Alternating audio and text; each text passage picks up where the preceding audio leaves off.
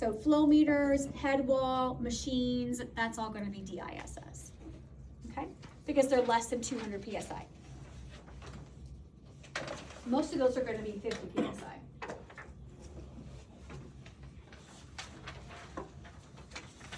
So hopefully that's kind of a helpful distinction for you way to kind of remember it and categorize them.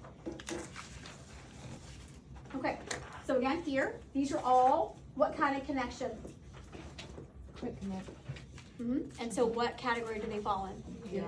DISS. Good. So these are hoses. This one's an oxygen, and this is a female connection. I don't know, blue. This is going to be nitrous, actually. That is a male connection. This is also a male connection. I have no idea because I can't see the color of the hose. Is that how you would tell which one's a male and female? Because it's sticking out like that? Yes. So. Yep, it is exactly what you think. Okay. So if you get those Sure wrong, is. you probably call the mechanic to come to help you. What? If you get those wrong, hooked up, then you probably call the mechanic to help you. There's no way you can get that wrong. There's no way you can get it wrong. There really isn't. I mean, I don't know how you would. I mean, I suppose it happens sometimes. I don't know, but I'm gonna tell you what. We become like MacGyvers. We really do. We're like putting things together and gonna make it work. We really sometimes we do. So and I'm like, whoa, what did you do to this piece of equipment? So I've seen some wonky stuff, and I'm like, what happened here? I'm like, oh, some dude did this. Always the thing. Some dude did this. What did you do? I can't even get it apart, man. And I'm like, some third shifter came up. What in the world? That's always what happens. And I'm not making fun of third shifters, but I'm just like, what were you doing, man? They do some weird stuff on third shift. They're like crazy up in there. Too much coffee. I don't know what happens. Not enough sleep. It's like they're like a whole We're gonna other, make it work with like, what we I have. love you guys. Why You're just so going? funny. I'm just like, what are y'all doing? Like, you're crazy. But those should And probably they're don't just have like, a lot of yeah, resources. I made it work. I'm like, yeah, you did. This is what you guys left us with, and this is what we had to make it work, right, Gus? Oh my God. I think that sounds more. And that's what you're always, I made it work. I'm like, There's not yeah. always help on third shift. That is so true. You're It's just like, just I gotta make it work. Gotta make it work. And I'm like, You what? are the crisis Yeah, team. you are it. You are it. And I'm like, gotta high five you. I'm like, I wouldn't have thought of that, man. I wouldn't I have would thought say, of that. you know what? Yeah. Is it working? Yeah, yeah. Did that's they right. die? But did No, they we die? got it. Yeah. But did you die? But Does did it you work? die? All right, that's what Like, it is. bravo. And then your mic drop. You DISS drop. Whoop, did it. With no help. Okay. Yeah. With no help. The only help we had was our brain. Third shift is like the shift that where they just stranded out in the woods. Like, I'm not even gonna lie. I have had graduates call me at like 10, 11 o'clock at night. At least they know you're gonna answer. Yeah. You must be a good emergency contact. I got this problem. And I'm like, okay, walk me through it. What's going on? I have answered. Because I know they're desperate if they're calling me. Put two meals together. I'm like, no, don't do tape. that. Get some Coban and go around Get it. some corrugated tubing. It's always corrugated tubing. Get some corrugated tubing and a connector and adapter. Do you got brakes? You can do anything with brakes. Like I said, Yeah, you I should got answer. that. I got that. Okay, different types of head walls. So here I like this one because you can visibly see. Look at, there's your hexagon. There's your air. It's a circle. There's your. Don't put anything in the vacuum. Okay, listen. Yo, don't put anything in the vacuum that's not supposed to go in the vacuum. Okay, only the vacuum. And this is just your sliding rail there. What do they use the vacuum for? The vacuum's for suction. Okay. Just suction? Yes. Oh. Just suction. Do not try to connect any air or medical gas to the suction. Even if you're on third shift? Side notes. Nothing goes in the suction besides suction. Third shift probably go on the wall just to read the price. It was dark in there. Oh gosh. It was dark. It was dark in there. All I had was my pen light. Right, couldn't see. Like, what are you doing? Okay, quick quiz. So gas cylinder, this is ASSS. Gas cylinders large larger than E. What 4 things did this depend on? Who remembers? Sherelle. Diameter of connection. Diameter of connection was 1. Was it the number of threads? Yes, number of threads. Good. Internal, external threading. Internal, external threading. Right hand, left hand. And right-handed or left-handed. Very good. No, I just forgot all of that. This is a great quiz question. I know, just. Ah! Right in the back. What was the second one? Number of threads per inch.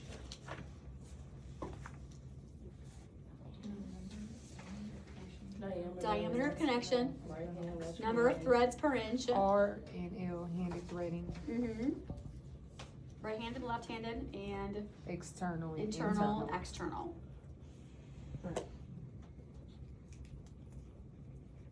If you told me male, female, I would just have that too. That's the same thing. Oh, it's external, internal. Yeah. Oh, okay. Because that's Internal, male. external what? Thread. Threading. So it's It's internal to connection. woman. That's the male and the female. What that means, part. male or female connection. Okay. External is male. Yes. Okay. Just want to make sure I put it in the right spot. And then the right-handed and left-handed, that's Mhm. threading too? That's the way that the threading goes. Yeah, whether you're going to be righty-tighty or lefty-loosey. It's true. Wait, so It's not always righty-tighty, lefty-loosey in this No. world. It's not. You're like, wait, what? No. Mm-mm. It's Throw it not. out of your head because it's not always that not. way. It's not. And then you're like, how does it go? I can't do it. Throws you off. Took you 10 minutes and It 3. does. It does. All right. What is the purpose of safety systems? To stay safe. Yes. What else? I'll blow up this unit. I don't know. You want to make sure you give them the correct, like, actually, like, amount or actual oxygen or flow, like, mix that up. Make sure you get them the correct gas. Yeah. Okay. What was the first one? Correct connection. She just said stay safe, and I was like, and Patient safety. patient safety. My safety. We don't care about you. Yeah, they just don't know when you get to work.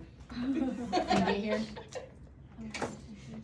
So there's multiple answers. So there's no, which we're gonna say, There's multiple answers for this one. yeah, Patient safety. to prevent interchange of connections.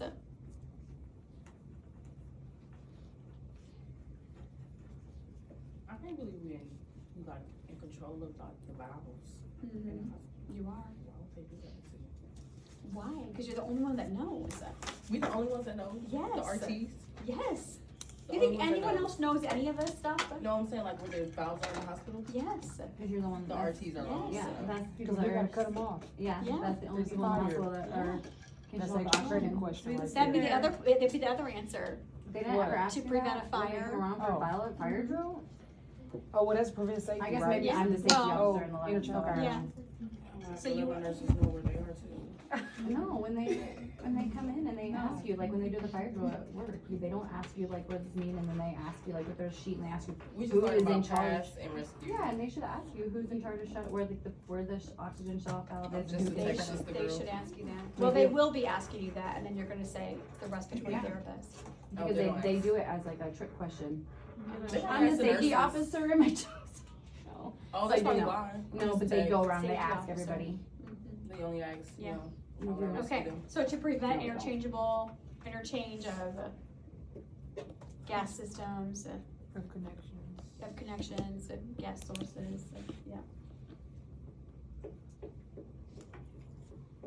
Prevent fire, right?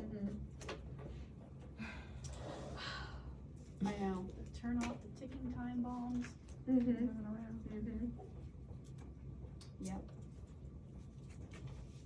I don't So like for a patient quiz or a safety. test, how many would you want us to give you? 2 or 3. Okay, get ready. This is exciting. We're gonna learn how we make oxygen. Did you know we can make it? I just thought it come, I just thought, Just thought it just, The trees. just like, Here you go. yeah, like the happening. Like on the movie Well, The Lorax, where he, like they, yeah, the bottled air. Yeah, yeah. Well, kind of. So, but we do actually manufacture it, which is sort of weird, right? It's sort of a weird thing. So there's actually two processes that are in place. We're going to learn about both of them. Yes, you do have to know about both of them. Of course you do, right? Of course you do. Okay. We're going to learn about the one called physical separation, okay, or done by a concentrator. So this would be like in someone's home where they have a home concentrator, that thing that they wheel around, you know, their home. And then we're going to learn about a process called fractional distillation. That's a little bit more complicated. This is the one that is used in hospitals. It's for extremely large quantities of oxygen because we're actually making it liquid, all right? So we're gonna learn about both of those. So let's start with the physical separation. So we're actually physically separating it in the air. That's what we're doing. We're taking it from the air that's in our own environment and we're actually physically separating it for our patients. So again, this is like a home concentrator. So you can think about it like that. So when somebody is put on oxygen to wear at home, this is the kind of device that they're going to receive, all right? So it's those home concentrator units. So the biggest component of this device is something called a molecular sieve. All right, so do we know what a sieve is or a sieve? Mm-mm. Okay, so when you're like, if you would ever go like pan for gold, okay, you're given a sieve or a sieve, I say sieve, I don't know if that's a sieve, I guess you could say like tomato, whatever, right? So you're given this like device, it has like a screen, okay, yeah, okay.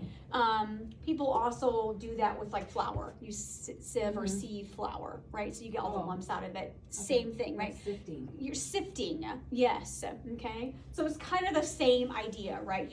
You put like, when you go and do that for, I've never done pan for gold, I don't know if anybody else done that. There's like, I think it's Six Flags, don't they have something like that where it's, I don't know. And they have like the water. They have the water, yeah. and you that. and you do the thing, and you're like, oh, you got like a, I don't know, fake quartz or whatever, Yes. yeah.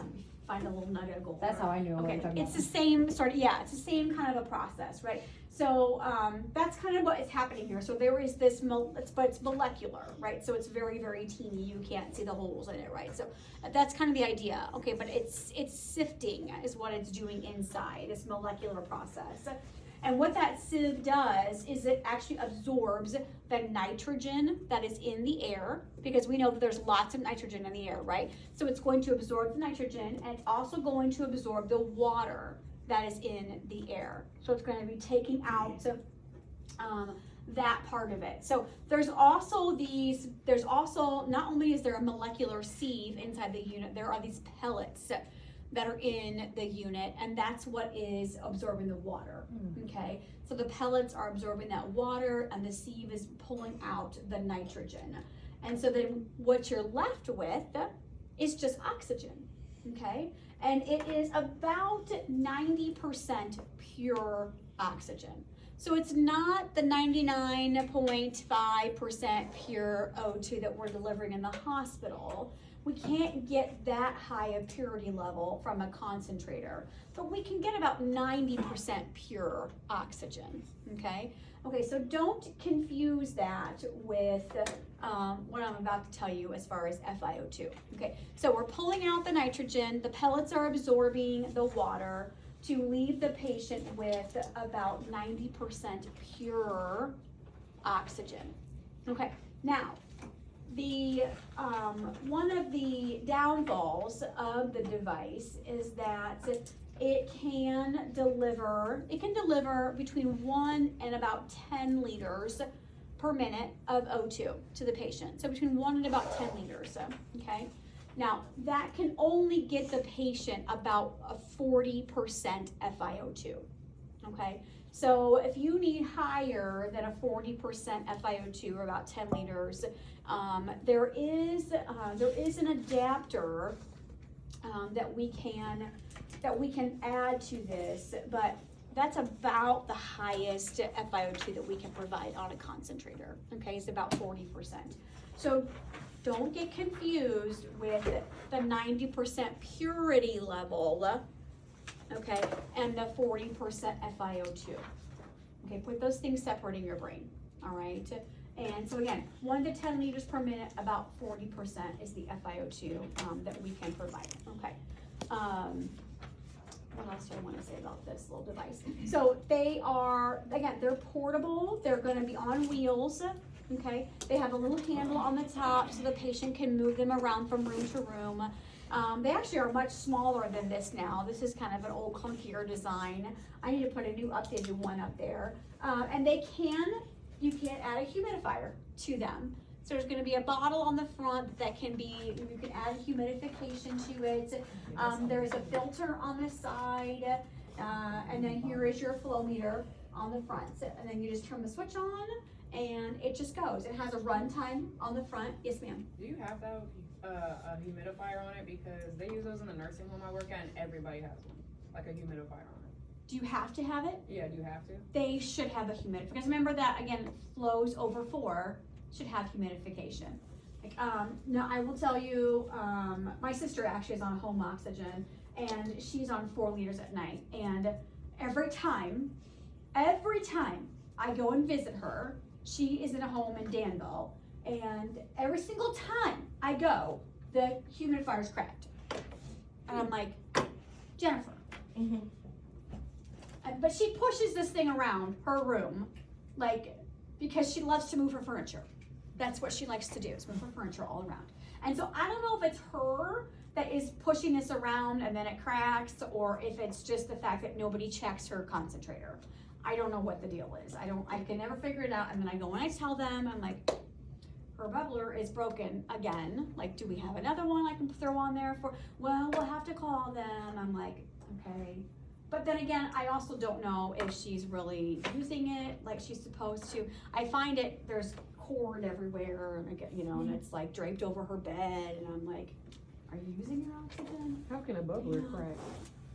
That's a very good question. Cause our Well, bubblers are it's a plastic pretty now. hard, it's a pretty hard plastic too. So again, I don't know if when she's moving her furniture, she's pushing it into the wall. Like, I don't know. Okay, I haven't had that I don't know. experience yet. But I don't know but I also don't know if it's been cracked all this time, like since day one, and they just haven't been out. I honestly don't know. So, but it frustrates me to no end, and I'm like, and I'm always like changing this because it's all dirty and dusty, and they do have filters, and I do change the filter. I leave those there. Yes. You're not supposed to have that up against stuff, right? No, you're not, Yeah, because it sucks the in. air in. It sucks the air in. Yeah. That's how it works. It draws the outside air in to the sieve, and that's how it actually functions. Because they always tell So you it don't put cannot be against pushed up against or curtains anything. Yeah. or a wall. It needs to actually be like in the middle of a room. Yeah, that's what I always do. Yes. Because they say don't have it near anything, because it Like, can yeah. basically like catch But on how many times would you go into a house and you'll find it pushed up in a corner, corner, and like yeah. people got like tchotchkes on it, right? And like it's like a table, and they're like have like crochet doilies on it, like, and they got that little thing, and I'm like, no. This is an end table for you to decorate. This is a medical device. This is a medical device. It's not a port. I know, and that's what they do with it. So it's always like education. Like, so yeah, it's not a TV tray. Like, she's always putting her drinks on it. I'm like, stop it. This is, oh, for real. It's a lot, but that's just her, that's okay. It's her condition. She can't help it. But yeah, so just more education. So, and hers actually looks like this. So it's like old school. I'm like, what are we doing? Medicaid, what are you gonna do? So yeah, just continue to educate your patients if you see these, or you have patients that are on these, or you have family members like that have the concentrator. Just keep it. So it draws air in, and that's Yes. what it takes the sieve, sifts out the nitrogen, Uh-huh. it'll probably soak up the water. Yes. And then it gives it out. And then you put your O2 right here on the end of that, and dial in your flow. Okay, Does this make sense to everybody? You said that Yes. you could add an adapter to increase the efficiency? There is, and not all of them have it, but there is an adapter you can put on it. I wanted to actually put that on there, and I can't find the name of the adapter. But it doesn't, and not, like I said, not all of them will allow for that adapter. So just for right now, just know that up to 10 liters and 40% about that's most of them. Okay. Okay, everyone got this? Yeah. Yeah? Okay. All right, let's then go into the fractional distillation process. This is a little bit more in depth. There's a lot more steps involved in this process. So again, this is something that we would be storing a lot of oxygen for a bulk system that a hospital would be using, okay? Because you're actually liquefying it and turning it into liquid oxygen. All right. And I'm going to try to kind of condense the steps into like 4 that you can remember kind of easily, okay?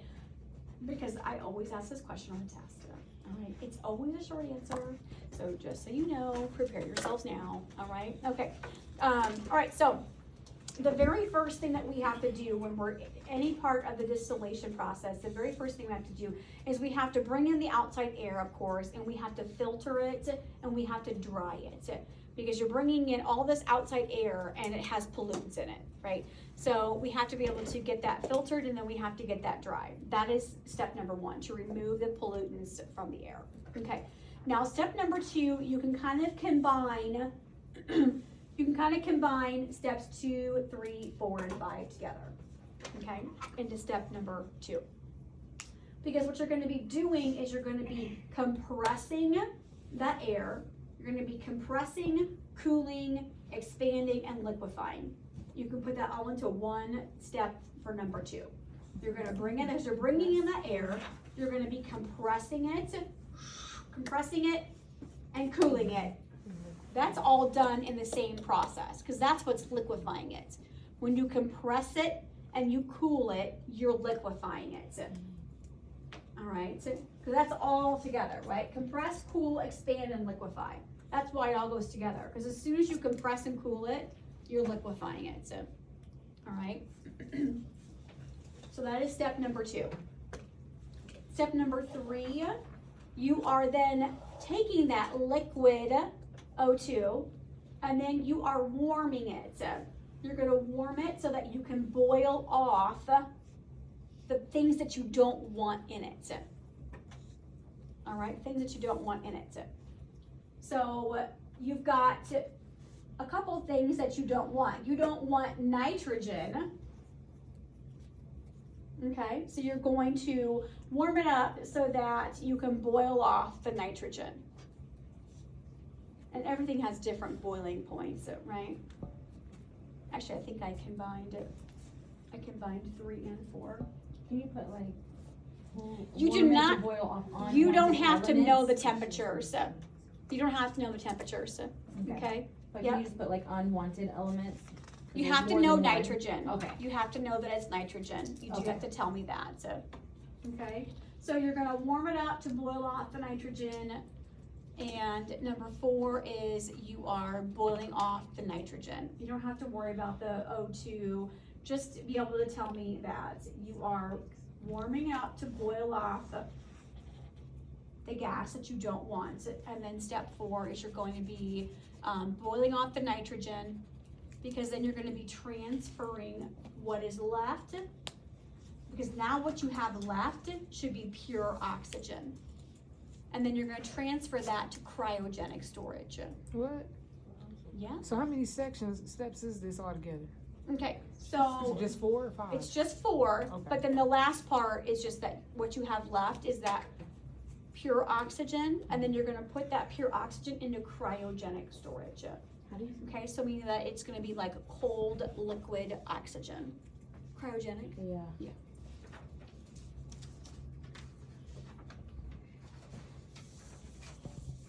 So step 3 is just boiling off the nitrogen. Alright, because she had kind of sounded like she had added it in 4, and I'm like, hold on, wait, Yeah. is it just boiling off? Okay, so 1, again, filter, dry, because you're purifying the air. Okay? 2 is all those 2, 3, 4, 5 together.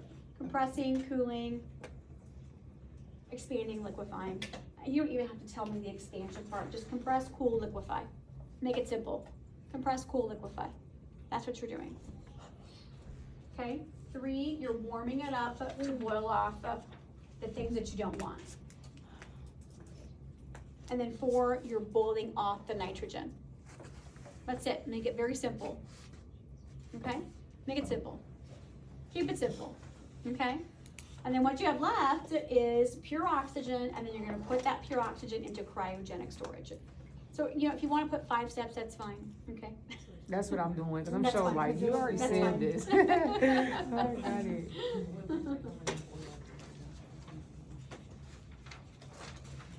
All right, I'm gonna show you a picture. All right, so you can see what's going on. So there's your compressor. Okay, it's bringing in the air. All right, and then you can see how it is going to be compressing. What's it gonna do? It's gonna cool. You've got your refrigerator unit, right? It's gonna cool, look, expand, okay, and liquefy. That's all that step 2, right?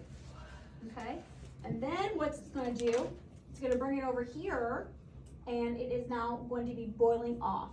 So this is this is a distilling column, hence the term fractional distillation, all right?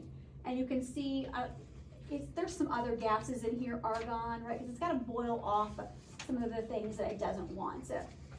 And you can see the nitrogen is going to the top because it's being boiled off. Right, so the things that are different temperatures of different gases, of course, it's how fabulous, right, that they boil off first, right, so then it leaves this liquid oxygen down here. So that's what's left when the other gases get boiled off. You're left with the liquid oxygen, and that's what is now pure, right? So then you have that left, and so now you can take that and you can put that into cryogenic storage. Where's Okay. the boiling part happening? It's happening up here. As it distills, it boils off. So you have nitrogen boiled off away, it's leaving, you see it's leaving the distillation column. Oh, okay. And then you've got like argon. Remember there's some trace elements that are also in the air that we breathe, okay? So that's leaving the distillation column, okay? So those things are exiting that column because they're being boiled off. Okay, does that make sense? Kind of, So maybe. we put like something like this for I don't know. short It's all answer. foreign, it's all. So if like maybe we put this like for a short answer. Number 1, filter and dry. 2, Mhm. compress, cool, liquefy. Yep. 3, warm to the boiling point of boiling off of extras. 4, boil off the nitrogen. Yep. 5, left with pure O2, storage, cryogenic storage. Yep, you got it. That would be full points. Yep, Okay. you got it. I know, we fight for those points. Well, I'm don't just I saying, know. the extra, I'm like making sure that I know. it's specific. Yep. And Yep. like what to write. 'Cause there You will be got that. it, like you got it. Okay, this is actually a hyperlink, so you could watch the whole process. And what it does is it actually shows this in movement. Okay, so you can see this moving, all right, if you want to, if that helps. I thought that was kind of cool. Okay, so this is a small portable liquid tank. This would be something that like people may have in their homes. So if you need a very high liter flow, usually it's greater than 8, you could qualify to have a liquid system in your home. So this is like a refillable then system, and so then the patient would carry something like this. So you probably have seen people like that out and about, where they have that little portable unit. It looks kind of like that. See how small it is? Right, so it's very small, it's very quiet, and it lasts for a long time, right? Have you guys learned the liquid tank duration yet? It's a Not couple of liquid. steps for liquid. You haven't learned liquid yet? Okay, we'll be doing that in lab on Wednesday. It's a 2-step equation that you have to learn, but it lasts about 10 times longer than a cylinder does. So if they are on higher liter flows, or they're traveling for extended amounts of time and they're worried about their tank, don't want to carry a bunch of tanks with them, this is a good compromise for those patients, okay? Because liquid does last quite a bit longer. And this is what it looks like, a bulk system looks like at the hospital. So I know some of you did tell me that you already went to go see your systems out at the hospitals.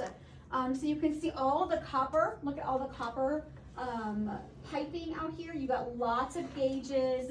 So it's a very complex system. And then of course the oxygen actually is stored inside these large cylinders. They're huge. They're actually huge. I don't know if I took a picture. I put a picture of your up. Oh shoot, I didn't. If you were to search bulk oxygen during COVID, and just to see what happened. So these systems, they actually get condensation on them and they will ice up a little bit under normal conditions, especially like during flu season, like It's so cold. because the oxygen is so cold, because it's liquid, it's cryogenic, right? So this is very cold. So if you were to go out here and touch all of this, this is cold. It's cold to the touch. And then it would get like frosted over during times of high usage of the oxygen. That's just normal, right? And during COVID, we were using lots of high flow oxygen, high flow, heated high flow nasal cannulas. So not just like high flow cannulas, heated high flow systems where they were using like 40 liters per minute, 60 liters per minute of oxygen on all these patients. So we'd have 100 patients on 60 liters per minute. And so that was a tremendous strain on the system. And so they would be iced up all the way. And that's actually dangerous when they would get up so far. And we were worried about the copper tubing, the copper lines actually bursting, because they would, just like your pipes freeze in the wintertime, wow. we were concerned about that happening. And so we were actually installing irrigation systems all around them to spray warm water onto the iced over systems so that they would melt that icing. Did you search it? I thought you were searching it. Yeah, I looked it up, but I couldn't really see anything. There's pictures of it on the AARC site of the, yeah. Because I looked up bulk O2 cylinders during COVID. And you didn't see any pictures? So should I look up with like ice on it? Yeah. I mean, it's crazy how high the ice got. It was like, oh my gosh, what are they gonna do? You know, it was, do you see it? Oh, you found it, okay.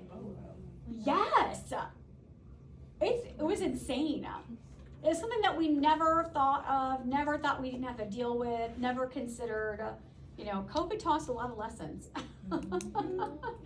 So it's interesting. So if you have not seen your bulk system in your hospital, ask your instructor to take you to your bulk system so you can see how large it is. It's interesting. Okay, so again, there's lots of pressure regulators, safety devices, things called vaporizers, manifolds. Just like we have our small manifold system, you guys saw that. This is like obviously on a scale 100 times bigger than that, and all this piping. So liquid oxygen has a factor of 860 times. So it compresses and it expands 860 times to become gaseous oxygen. So that tells you why it lasts so much longer, okay? And that's also why it has to be outside. And we can't keep it in the building because it's under such tremendous pressure. So it needs to be an area where it can be away from non-combustible materials, okay? And it has to have a lot of ventilation around it, so you can't put it like in the basement or the building, right? This doesn't work, right? It's not good. Oh, I did put a picture of it up here. I thought I did. I thought I updated this to show you that. And that's just a smaller system to see how tall that the ice was, Kinda looks like, you know, your freezer, like, Yes, like you have someone it's who a- lets it open a little. yes, it is, or when you had to Yeah, actually Yeah. defrost, I don't know, back in the day, probably not many of you know this, but when you had to defrost your freezers, Yeah. cause you couldn't even close the door, yeah. That's like when you leave it Take open an just a ice little pick, bit, you're like, yes. you left the door open. Yes, because everything's frosted over, that's exactly what happened, so it's crazy. Okay, so the piping system must be made out of seamless copper. What's that word I was trying to come up with, remember? Snooping. How you check for leaks, and then you have to analyze all the systems. And then we decide it was like a actual liquid, right? Snoop? Yes, yeah. So like checking if it's like a soapy surfactant like material and then it bubbles up if there's leaks, yeah. Fun fact, right? Like, okay, we already discovered this on Wednesday. Remember we did our little scavenger hunt to find the zone valves. So they should either be, usually they're in each wing of the hospital, they can be in each unit, depending on how large the unit is, but they may be just on each floor, depending on the size of your institution. But they're gonna be in every operating room as well, so just one OR is gonna have its own zone valve, so that you can close that operating room if there were to be a fire. And we know this is what they look like, right? Because we've seen them right outside of our own room. We have our own zone valve, and you've reached in there to be able to pull them closed, right? Like, okay, regulators. We saw these as well on Wednesday, different regulators, and they fit on top of the cylinders. I have a random question that Yeah. has nothing to do with what you're talking about. Okay. Why is it so cold in here? It is cold. I It's don't freezing. know. My toes are so cold. Oh my Like, I'm gosh. freezing. I don't know. Yeah, it's like really cold in here. I'm up here moving around, so I'm not cold, which is kind of surprising. Do you need to go get a blankie? I was just wondering if like the air was super cold in here, so I don't know. I don't control, we actually can't control the air on these, Yeah. because the temperature isn't like regulated in here. It says it's 70, Too cold. too cold. I feel like it's like 50, I don't know. Is Because it it's, like, making it so hard for you to outside. concentrate? Outside, yeah. If there's a window open or something, I don't know. No, the windows don't open in here. It does feel cold, now that you say it, it does. You're like, Yeah, Oh, yeah, y'all so been- is she. Like, That is me yeah, every Just day. jumping yeah, jacks? yeah, it's probably 'cause we're under a vent. Has it gotten colder? Yeah, Just- outside. I'm just noticing it more and more because my toes are getting colder. I don't know. I hate when my toes are cold, that's Yeah, I terrible. Okay, so point that you want to make sure that you know about regulators. I know I said this in lab, but remember that our regulators, they are both reducing valves and they are flow meters. So let me go back and grab one so we can remember this. Remember that they fit down on the stem of the cylinder and they reduce down the pressure. Because remember, a cylinder is 2,000 PSI, okay? And they're gonna reduce that down to a safe working pressure. What's our safe working pressure? 50. 50 PSI. So that's why they are reducing valves. So they reduce down that pressure, and they're also a flow meter because you put your cannula right on here and then you dial in, right? You dial in how much flow you want to give to the patient. So they're both of those things, reducing valves and flow meter. I'd love to ask that question. Just saying, you better know it. So they are both of those things. Okay, So the safety pressure is 50? the safe working pressure is 50. Mhm.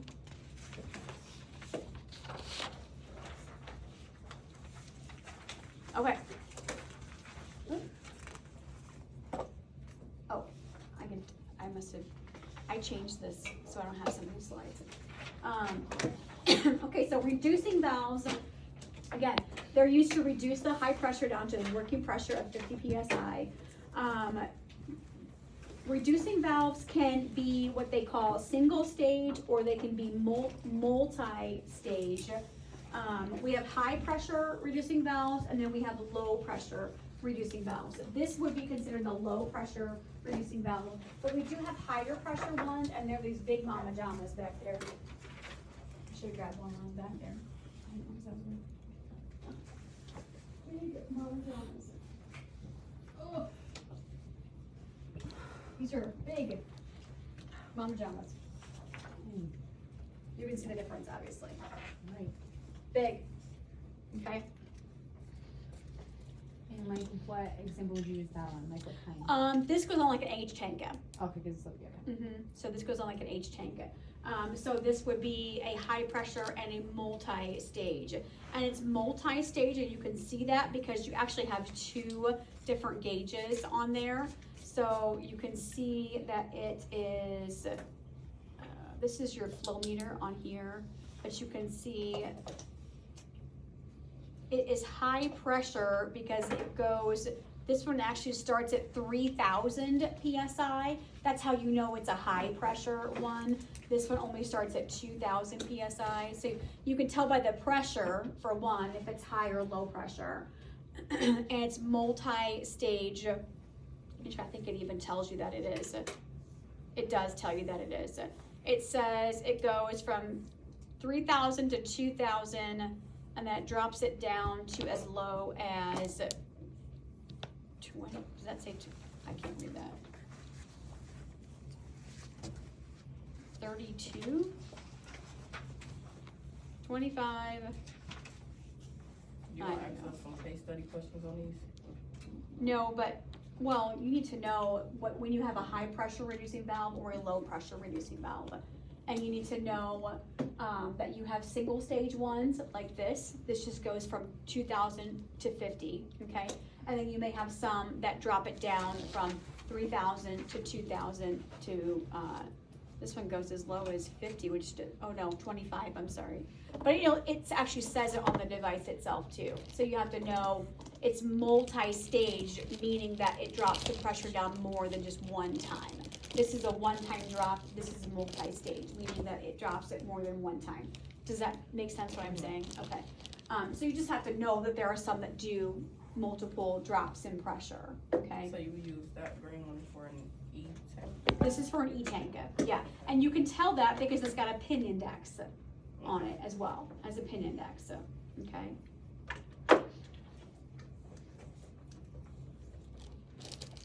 Okay, so this is an example of a high pressure reducing valve. So this was the one that I'm showing you. And again, you can tell from the pressure gauge here. Let's see, what do I want to see here? You've got, oh, inside, so this is going to be actually inside this that you cannot see what's actually happening here. There's a spring inside and then a diaphragm that's helping to reduce that pressure down.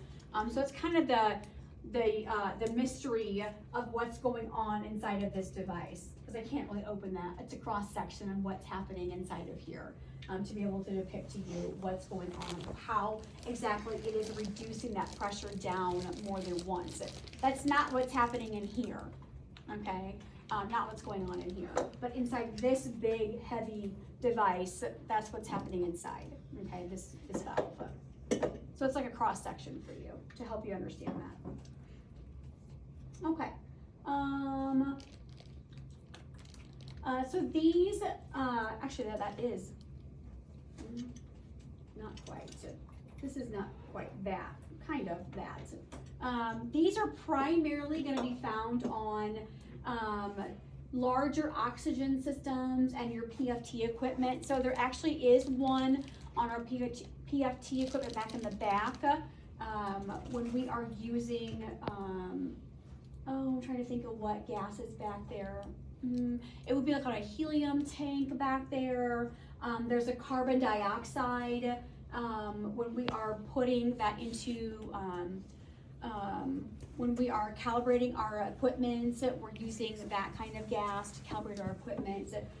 So there are some reasons why you would need this multi-stage high pressure regulators, okay? So usually you can tell the difference between, because there are going to be two pressure gauges on it too, okay? And again, the pressure gauge is going to read greater than 2,000, so then you know it's a high pressure, okay? That's going to be your kind of your telltale. Okay, but our low pressure reducing valves, These are going to be delivering gas to the patient. So these are going to be for patients, and that's like this regulator where you're just going to have one. You're going to be delivering the gas to that safe working pressure of 50 psi, and you're going to have a flow meter on it. So that's how you know it is a low pressure reducing valve, because it's also going to be giving gas to the patient. So this is I haven't seen one of these setups in a very long time, but you can just remember that it's going to be like like your regulator. So, okay. So low pressure and single stage. Okay. So 2,000 PSI or less, and then it's going to have a flow meter on it of some sort. That's going to be your low pressure reducing valve. So, okay. So if I asked you what would be an example of a low pressure reducing valve, you would just tell me a regulator. Okay, because that has, again, it's a reducing valve and it's a flow meter on the end. So that does both. I probably wouldn't ask you for an example of a high pressure, okay? But if I set this out, could you tell me that it was a high pressure reducing valve? That's all you'd have to tell me, okay? On this exam, it will be the equipment set out for you to identify. There'll be probably 5 pieces of equipment set out for you to identify, okay? So this would be a high pressure reducing valve, this one here. If you pick it up, you're like, oh my God, this is a weapon. No, It does really that- kills- like it. If for real, it's so DISS? heavy. Does that, This would be an ASSS, because it's for larger tanks, so. Okay, now we talked about on Wednesday, we only were able to get through the Thorpe tubes, right? I think we only talked about Thorpe tubes, didn't we? Okay, and we talked about the 2 different kinds of Thorpe tubes, right? The compensated and the uncompensated, yes? Okay, but we have not talked about the board-on gauge or the flow restrictors yet. So just to kind of review those Thorpe tubes. So that's our standard flow meter that we just see in the hospital. We use them every single day, right? So we have pressure uncompensated, and then we have pressure compensated. Now, remember I said this is where the needle valve is located, okay? Now, these are depicting both of the needle valves down below, and I don't like that about this depiction because it makes it a little bit harder in your brain for you to remember what is happening. So I'm gonna kind of jump over that I think it's confusing. Because I know that the way that I think it makes it easier for you to remember is that needle valve at the top. All right, so let me grab those and show you. Okay.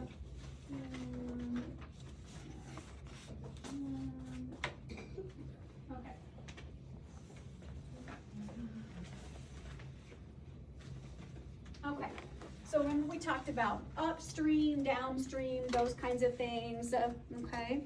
So when we talk about our compensated Thorpe tube, remember we talked about where the ball is, right? So the ball is here, right? And then downstream from that is where our needle valve is at, okay? And so, again, these are going to be running at that working pressure of 50 PSI, because that's what our head wall is putting out, right? And so this also, when we talk about downstream, this also means that our needle valve is located distal, meaning further away, right? Distal means further away, okay? So distal to the float. So because of that, if there is back pressure in the system, so we talked about this, right? When we unsnap this from the wall, the flow of oxygen should stop, right? That's our safety system. That's our DISS safety system, okay? Now, sometimes that doesn't happen. Sometimes there's something wrong with the head wall. Sometimes there is back pressure in this system. Now, that could be because there's a lot of patients running on oxygen in that zone. That happens a lot, right? Now, you can unsnap your flow meter and snap it back in, and that may correct it.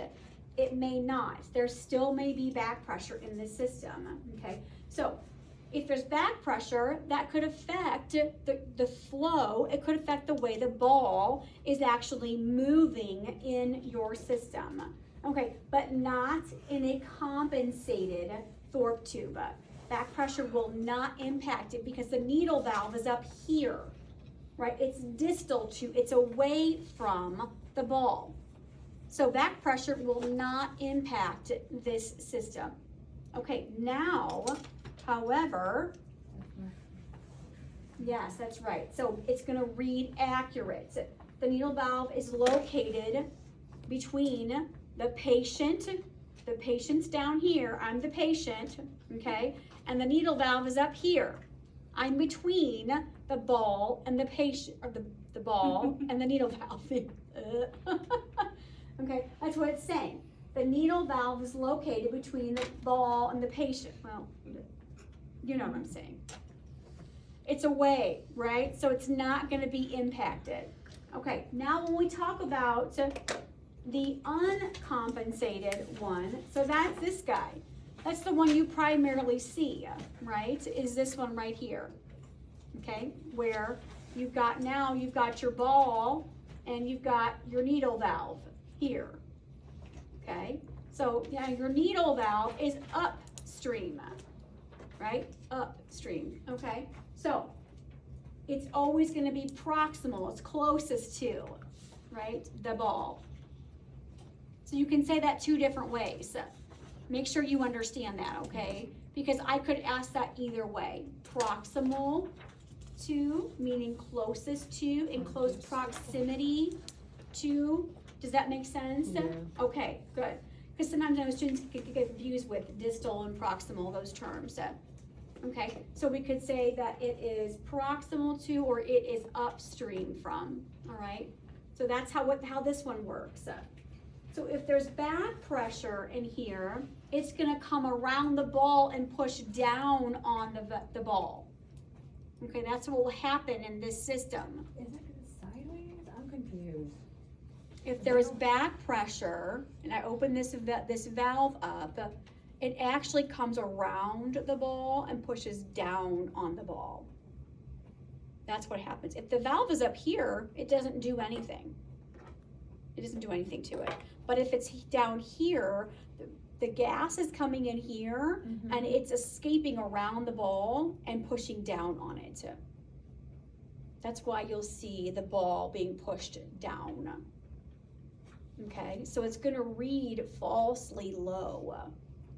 It's not that you're not giving the same liter flow, because you are. It's not affecting what you're giving to the patient. It's just what it's reading. It's just what it's reading. It's just what it's reading. So it's just really affecting the reading. not Yeah, the amount. it's just affecting the reading, okay? Because a tube is uncompensated, or the compensated, uncompensated tube type situation. It's just type. it's Yes, type of the it's just the type equipment. of the Thorpe tube, Okay. yeah. like equipment. Mm-hmm. And I, if you go, this is where the schematic may help, okay? So you've got, is it showing, let's see.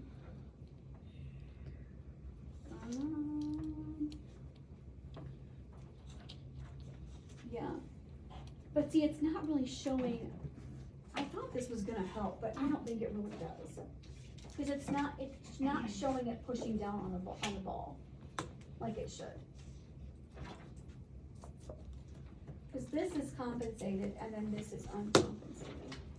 But it should be showing it pushing down on the ball. So if that was closed and it didn't have back pressure, would it push down on the ball? If it didn't have back pressure, it doesn't, you have an accurate reading. Okay. Yeah, it's when you have back pressure. It's the only time it's actually pushing The only down. time you're going to see that happen is when you have back pressure. So it doesn't affect the actual pressure? It doesn't affect the actual flow, the liter flow. If you have this dialed into 4 liters, for example, okay, you are giving 4 liters to your patient. That does not change. Now, if your system, back here in the head wall, there's back pressure pushing into this, okay? Again, it's going to come around, right? Because there's space here. There's space in here. Do we see that? Like there's space in here. It's gonna come around here and push down on, because it's gotta escape. And The back pressure has to escape somehow. Because it's just extra over the 50 PSI. Yes, And that's so there's gonna be correct. Extra, and then over the extra over 50 PSI is gonna be pushing Yes, over and the so top. it's coming Okay. around. You gotta imagine this. This is what's happening. It's coming around here. Here. It's not coming in here, it's coming around and then pushing down on that ball. It's trying to escape. It's trying to escape here out of this, right? The only exit is out of the flow meter. Right. Okay, that's its only exit. So it's gonna come in through this space that actually is around here. Do we see that? So that's what I inaccurate. So it's gonna come in here and then push down on the ball to try to get out. That's what the back pressure is trying to do. It's trying to get out of this orifice. That's its only exit. And that's why it's gonna read wrong, but you're actually still Yes. only give them that. It's just trying. Yes. Okay. Like, Okay. Yes. Yes. 'Cause Yeah. It's still it's just So trying it's to get not more. like it's not coming in here, because then it would lift the ball, right? Right. It's coming out of here and then pushing down. That's how it has to, its exit is gonna be, Okay. right? So it's trying to come out of that orifice, out here. The back pressure will try to escape here. Mm-hmm. So that's why it pushes down on the ball. The picture. Does that make sense? Mm-hmm. I wish the picture was showing it going in that way, because that's what it's doing. But the, I should draw it. but the picture of the Christmas tree is like that thing. Yes, this is the Christmas tree. Or this is, no, this is this. That's this. The Where's tree, I don't know what's happening with this. I was thinking like the Christmas What the tree heck was. is this? This Mama Jama, I don't know what's going on here. Ignore that, I don't know what's going on. Just kidding. I was should thinking just the draw Christmas this tree for was you. pointing to the I don't think that helps, ignore that. Here.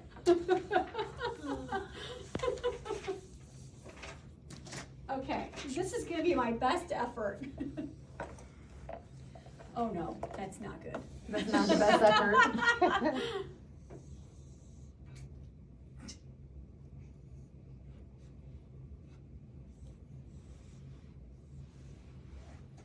Okay, just bear with me. Okay, and then we have our little, Which one are you drawing? I'm drawing the, Cactus tree. Uncompensated or compensated? The uncompensated. Cause the uncompensated are just. Doesn't affect, right? right, this is gonna be terrible, I can I really like a feel nice it. cactus tree though. Do you like my effort? A for effort. Okay, A for effort, right? Okay. Okay, so this is my head wall here.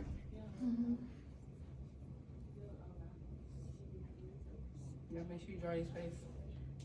No, this is just head wall. Okay, this should be green. Why am I not drawing it green? I don't know what's going on. Okay, this is to the patient.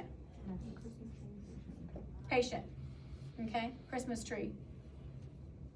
I don't do Xmas. Christmas tree.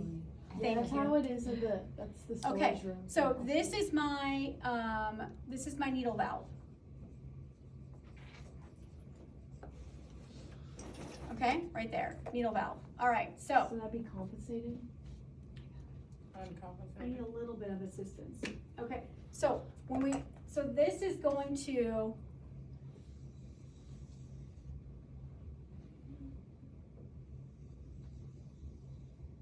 okay, so my ball is sitting, let's say there, all right? So when back pressure comes in, it's coming in from the head wall here. Let me do a different color. Because it's going around. Yes. Because it's, it's pushing out the extra part. I think it's So back In the pressure extra is place? coming in from the head wall, around. And it's pushing down on the ball. Because the only way for it to get, that's not good. It has to go out this way. Right? How does that work? I don't know how that works exactly. And then you say, indication of back pressure is like when the ball is jumping. I don't know how that works. works. I don't know how this works in there. That's a mystery. It's a mystery to me. I don't know. Yeah, when it jumps. Oh, okay. Yes. Okay. So there's oxygen coming in, but it's a one-way street here, right? It enters here and it lifts the ball, right? And then it's going to the patient. But back pressure comes in and it comes around this place, right? And it has nowhere to go. It has nowhere to go. So it's trying to get out. And so the only way it can get out is to come in this little orifice here and then try to escape out this direction. Where the ball is. Where the ball is. Yes. That's why it pushes down on the ball. So that's All uncompensated. right, a little better. I mean, it's getting a little better. So that's Okay, uncompensated. okay. Yeah, yes. So compensated would be if the needle valve was it. The needle valve's up here. Because Okay. you're on there, this little turny thing Yeah. is up here. Yeah. Like, so it doesn't have anything to do with, when it's compensated, it doesn't matter. It opens it up here, and then you have no effect on back pressure whatsoever. That's why the ball